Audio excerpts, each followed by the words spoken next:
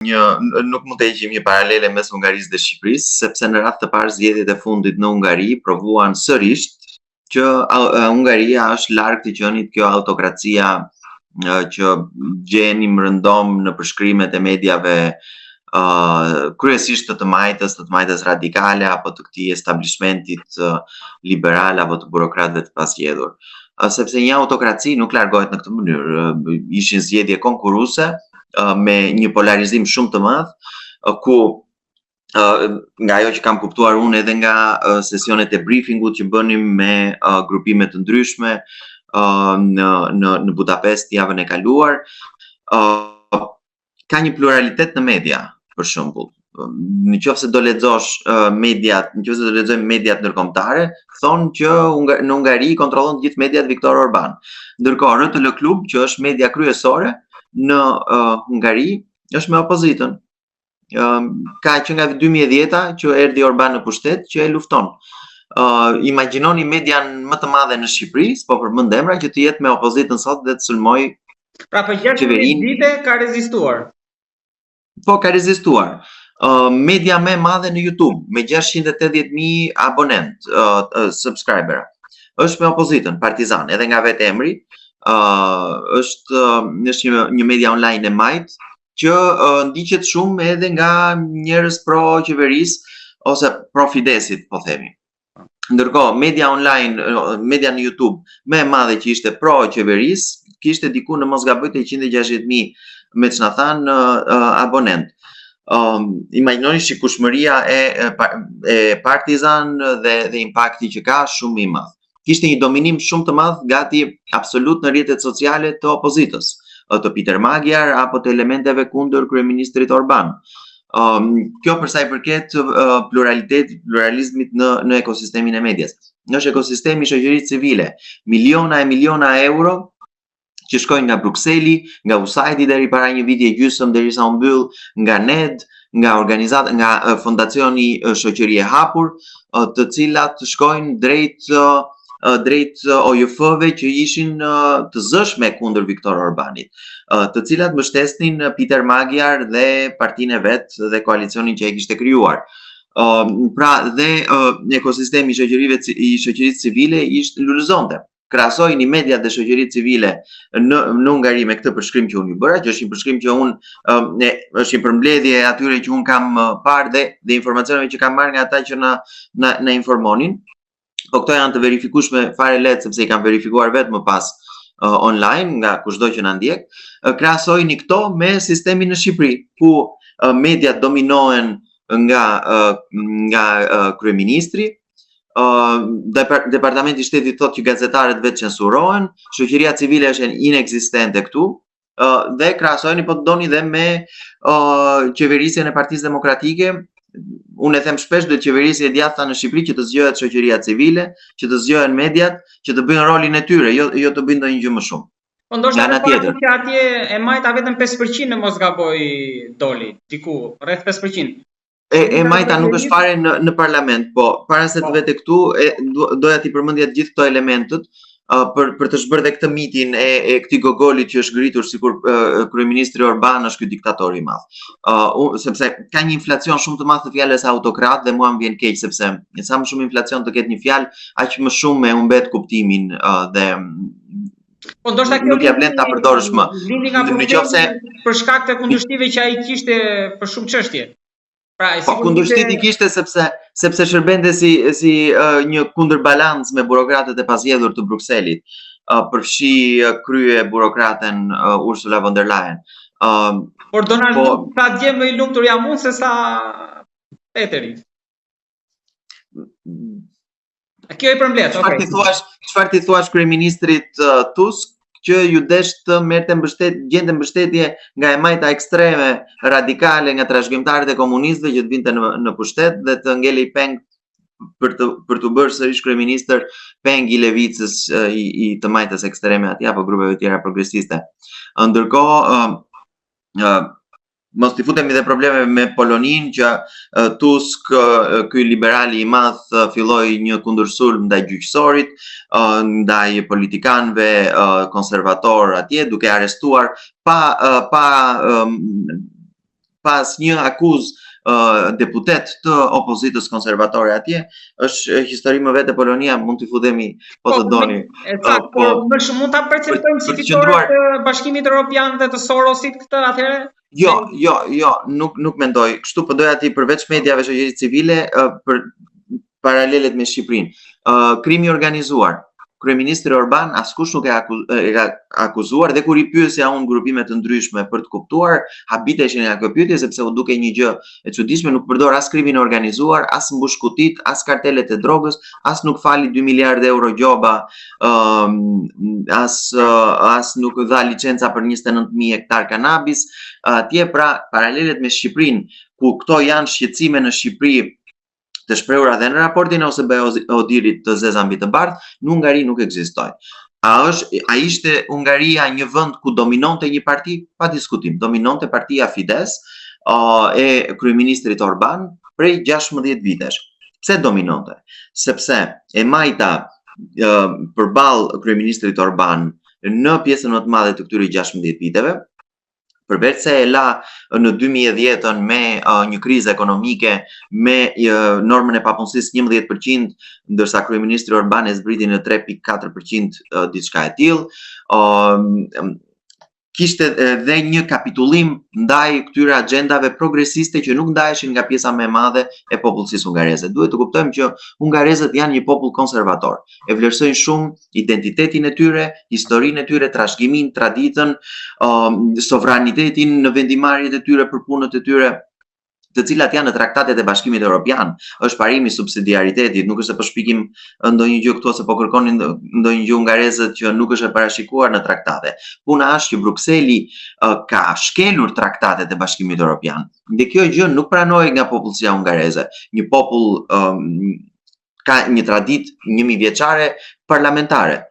Domethënë ka qenë pjesë e një perandorie dhe kanë këtë krenarinë, kanë edhe këtë sovranitetin si një gjë të shenjtë dhe thonë që për gjërat që ne kemi rënë dakord që janë prerogativë e shtetit hungarez, duhet i përmbahemi dhe ne do t'i mbrojmë këto aspekte, do t'i mbrojmë këto vlera që e kanë formsuar kombin hungarez për gjatë 1000 viteve të fundit.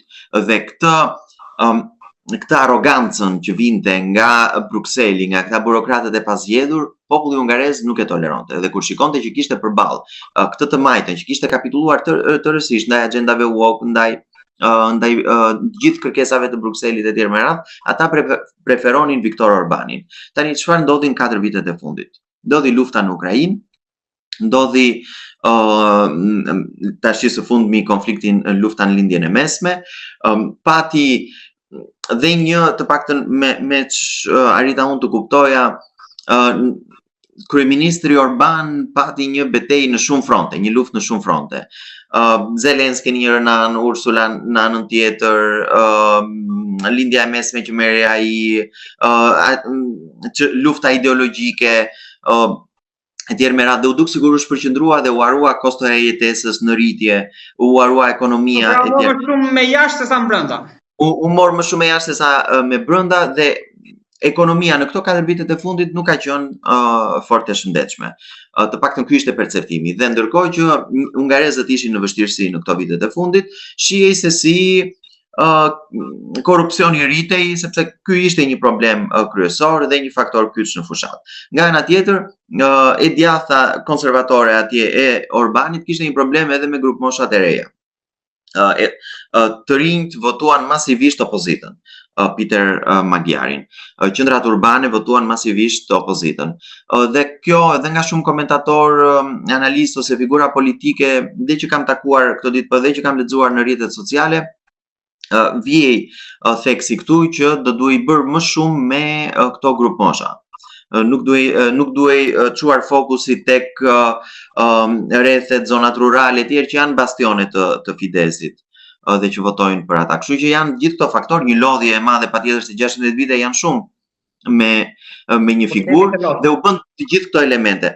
Plus elementin tjetër që Peter Magyar pavarësisht se një figurë kontroverse me konfliktin që pati me ish-gruan e tij ministre të drejtësisë në kabinetin Orban, që e filmoi fshehurazi, e përgjoi fshehurazi dhe më pas e përdori këtë për të startuar, për të filluar karrierën e tij politike, akuzat për dhunë familjare e tjerë. Hungarezët janë shkaluan këto dhe pante ka një figurë që sidoqoftë vinte nga e djathta, vinte nga rrethi Orbanit në një farë mënyre dhe nuk është se kishin një të majtë që do të çonte përpara disa agenda të caktuara. Aq më tepër që mes të djathtës. Zgjodhen mes të djathtëve dhe thanë me lodhjen që kemi me këtë figurë politike që ishte Viktor Orban dhe një figurë të re që ka pak a shumë të njëjta teza, sepse në fushat, por dhe në konferencën e djeshme që ishte konferenca e parë e Magyarit për pas zgjedhjes, pas ditës së zgjedhjeve, ai ka mbajtur të njëjtat qëndrime si Orban për temat kryesore, madje ka qenë dhe më i ashpër se Orban për çështjen e emigracionit për shembull. Peter Magyar është kundër dhe kuotave ose ardhjes së emigrantëve të punëtorëve sezonal nga vende jashtë Bashkimit Evropian. Për Ukrainën ka qenë i ashpër për integrimin që nuk mund pranohet një vend që është në luftë. Pra e përshpejtuar, por edhe për konfliktet që ata kanë me minoritetin hungarez në Ukrainë, për njojën e gjuhës e tjerë me radhë, ka qenë shumë i ashpër për këtë. Për marrjen e naftës ruse, gjithashtu ka thënë që ne do të vazhdojmë të marrim naftën nga Rusia, nëse më merr presidenti Putin, ka thënë, unë do t'i përgjigjem në telefon. Ne nuk do e pengojmë, po nuk do bëjmë pjesë e kredisë për 90 miliardë eurosh që Brukseli do t'i japi Ukrainës.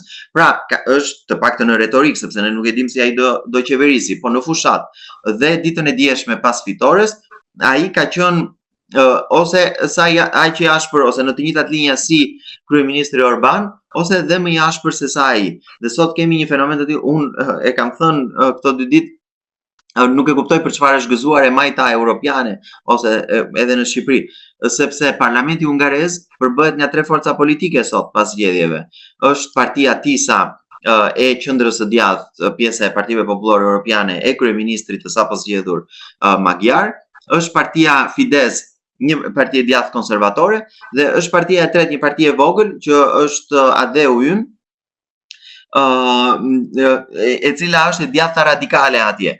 Kështu që shkojmë nga qendra e djathtë tek e djathta radikale, madje ata thonë që Orban është shumë më liberal se ç'duhet. Janë përfaqësojnë të djathtën më radikale, sidomos në këto. Ndaj hungarezët zgjodhën një vazhdimsi për sa i përket politikave, jo një kthim tek politikat e majta, por duke parë që, sepse për ata përveç elementeve që listova më përpara, të identitetit, të politikave ekonomike, taksa e shesh për 15% e kështu me radhë, edhe rendi dhe siguria janë një çështje shumë e rëndësishme. E panë se çfarë ka ndodhur me krizën e refugjatëve në Europë, doli që kryeministri Orban kishte të drejtë që ta kundërshtonte atë politikë të gabuar të kancelares Merkel, sepse i shikojmë pasojat sot, nuk mund të fusësh ti në mënyrë të pakontrolluar, pa ditur se nga vinë, kush janë, ka grupe terroriste të infiltruara ose jo, 1 milion njerëz thjesht të hapësh portat dhe të thuash futuni. Europa ka dështuar me politikën e vet migratore, sot po vuan pasojat dhe ka një ndërgjegjësim. Nuk e di jemi tepër vonë apo jo për këtë, po të paktën për këtë gjë kryeministri Orban është shpaguar në një farë mënyre. Dhe hungarezët zgjodhën këtë vazhdimsi për gjitha këto politika, por natyrisht duke vënë një theks dhe te antikorrupsioni, që ishte një temë kryesore e Magyarit në fushat, dhe tek shëndetësia, tek arsimi, tek ekonomia, pra te çështjet e brendshme. Dhe unë ndonjëherë qesh kur lexoj dhe komente ndërkombëtare, media ndërkombëtare, po edhe në Shqipëri, sepse më kujtohet biseda që pata me dikë që takova një qytetar, sepse jam munduar që të marr opinione edhe të qytetarëve të ndryshëm dhe në Hungari nuk është se u intereson shumë si ndoshta në çdo vend tjetër se çfarë mendojmë ne në Shqipëri për ta, për zgjedhjet e tyre ose në Europë, ose dhe qeshin dhe ata vetë kur lexojnë këto interpretime shkencore të mëdha se pse hungarezët votuan ose pse bën këto, se këta afrim me rusët me Amerikën e kanë gabim e tjerë. Ata duan thjesht të jetojnë në vendin e tyre, të kenë mundësitë ekonomike, të duara një sistem arsimor dinjitoz, shëndetësor dinjitoz, me kosto të ulët dhe me burimet lëndën e parë që të jetë e lirë, relativisht e lirë. Dhe në këtë aspekt, unë për shembull si një atlanticist ose që i përkas kësaj rrymë, besoj në balancën e pushtetit geopolitik që të qëndrojë në perëndim e tjerë, nuk më pëlqen për shembull afrimi i kryeministrit Orban me Kinën ose me Rusinë. Por e parë nga interesi i tyre dhe se si e perceptojnë qytetarët hungarez këtë gjë, ata thonë neve nuk na intereson shumë kjo lufta e madhe gjeopolitike. Dhe ndoshta kanë të drejtë në atë të tyre. Neve na intereson që të marrim naftën të lirë, na intereson që të kemi koston e jetesës të ulët, na intereson që të kemi një standard jetese relativisht të mirë dhe kaq, dhe ky ishte perceptimi i tyre. Ndaj këto që diskutojmë neve me shumë detaje për ta, këto dinamika ndërkombëtare, për ata nuk është se ishin shumë të rëndësishme. Dhe kjo tregon edhe tregohet edhe nga retorika e zotit Magyar gjatë fushatës, që ishte pak a shumë e njëjta retorikë si Orban, plus antikorrupsionin që shtonte ai. Më pas sepse populli hungarez donte dhe kërkonte këtë. Dhe këtu gjejmë edhe shpjegimin e dështimit të majtës për të mundur Orbanin, dhe gjejmë edhe arsyet e fitores Orbanit ose të humbjes në këto zgjedhje. Pra, nuk ishte një autokraci ose një imponim i vullnetit të tillë. Natyrisht pas 16 vitesh ti i shfrytëzon të gjithë mundësitë që ti jep pushteti, dhe kjo gjë ka ndodhur, sepse duhet mundohem të jem sa më i drejtë në këtë analizë. Por populli hungarez ka votuar i lirë në të gjithë zgjedhjet që ka administruar qeveria e zotit Orban, votoi lirë dhe kësaj radhe, u mundsua rotacioni edhe me këtë sistem elektoral, dhe arsye fitore së tij gjendet pikërisht tek populli hungarez dhe te prioritetet që ai ka pas. Edhe diçka të fundit kam, sepse ju me të drejtë e thatë që ata habiten pse ky interes, por ne ndoshta na intereson fakti për të mësuar që çfarë mësimesh mund të nxjerr ndoshta opozita. Ju ma thatë, më bën një panoramë shumë qartë me pika se ku dallojmë ne nga ata.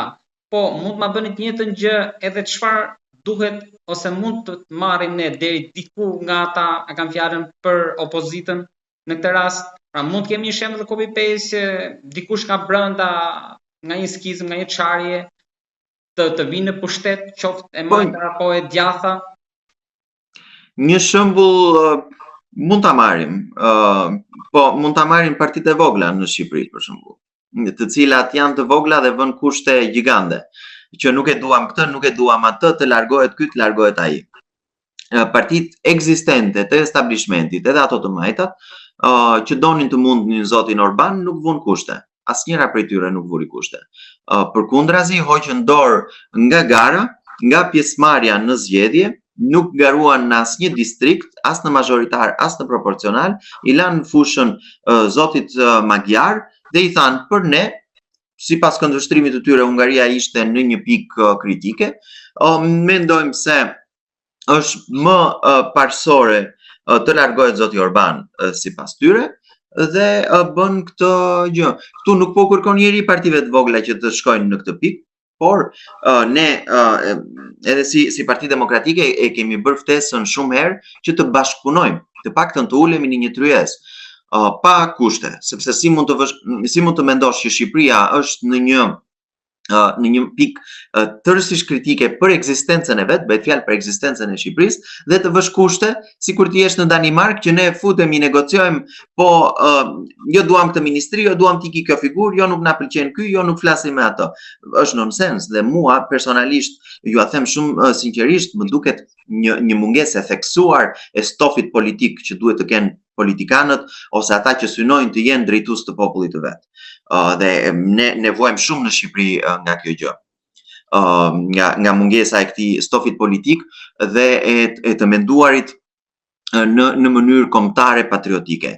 Shqipëria sot është vërtet një moment kritik. Përveç 1.1 milion shqiptarëve të larguar deri në 2024 në vendet e Schengenit vetëm, imagjinoni sa të tjerë janë larguar drejt SBA-ve, Mbretërisë Bashkuare e kështu me radhë. 7 qartë që sot në Shqipëri janë në një kolaps demografik, ku lindjet janë shumë më të ulta se sa vdekjet, janë me lindshmëri negative. Sot Shqipëria ka bujqësinë prej 5 vitesh që është në recesion, është në tkurje. Industria është prej 3 vitesh në recesion, eksportet janë prej vitesh në rënje, euroja ka rënë me 30% që nga 2015, vit që përkon me kanabizimin e vendit. Dhe sot ekonomia shqiptare, e thon shifrat e Instatit, e thon analiza serioze ekonomike, nga ekspertë të ndryshëm, nga media që merren me këtë punë, që sot ekonomia shqiptare mbahet vetëm me paratë e pista që kanalizohen në sektorin e ndërtimit, sepse është një sektor që ka rikthimin e investimit shumë më të lartë se sa sektorë të tjerë, dhe me fryrjen e administratës. Ty mund të rritet prodhimi i brendshëm bruto në letër, sepse prodhimi i brendshëm bruto ka disa komponent, ka konsumin, ka investimet, ka shpenzimet qeveritare, ka eksportet dhe importet. Ti mund t'i kesh këto të tjerat në të kurje dhe të rritet G-ja, që është komponenti i shpenzimeve qeveritare, dhe ty të rritet GDP-ja. Kjo gjë ka ndodhur vitin e kaluar në Shqipëri. Një nga faktorët, një nga shtytësit kryesor të rritjes ekonomike në Shqipëri me 3.4%, ka qenë fryrja e administratës, sidomos para zgjedhjeve.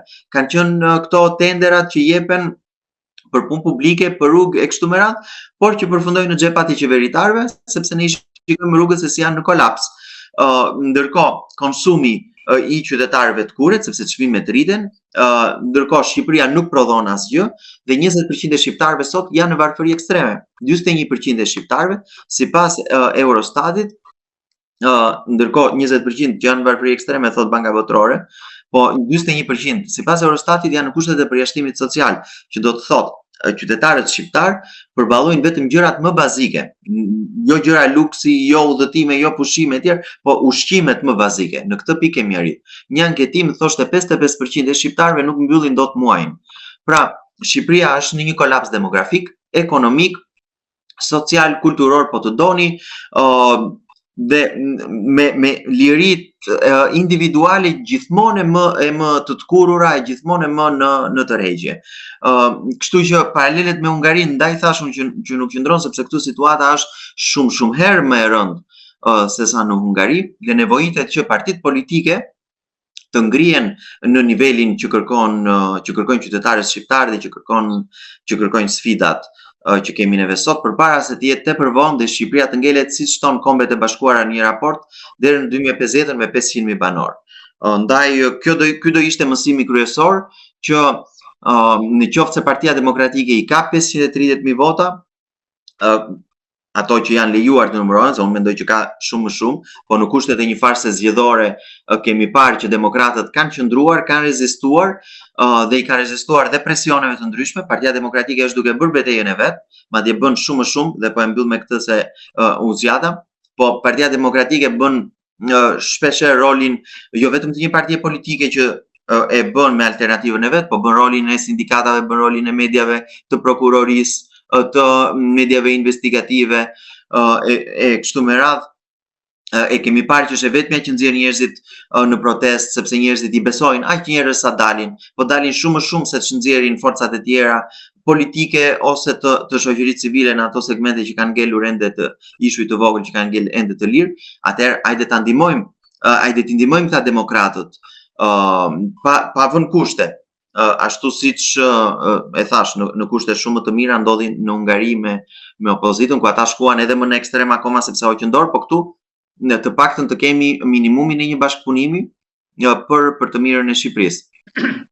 Po mbyllim me këtë apel tuaj, por për të mos përfunduar ashtu sikur thatë ju në parashikimet u Gurzeza të raporteve të OKB-s, që edhe duke nisur nga situata aktuale, duket sikur vetëm Tiranë lëviz diçka, pasi në pjesën tjetër të qyteteve, për fat keq, situata nuk është e mirë për shkak të asaj që ju tha pak më lart, shpopullimit.